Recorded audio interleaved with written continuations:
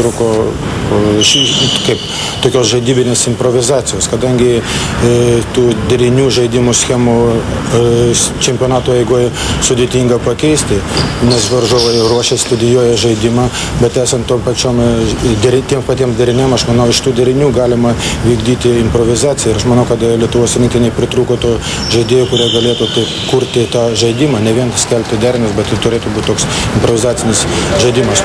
Anot Žalgirio komandos stratego Latvio Ainaro Bagatskio, lietuviams Japonijoje trūko susižaidimo.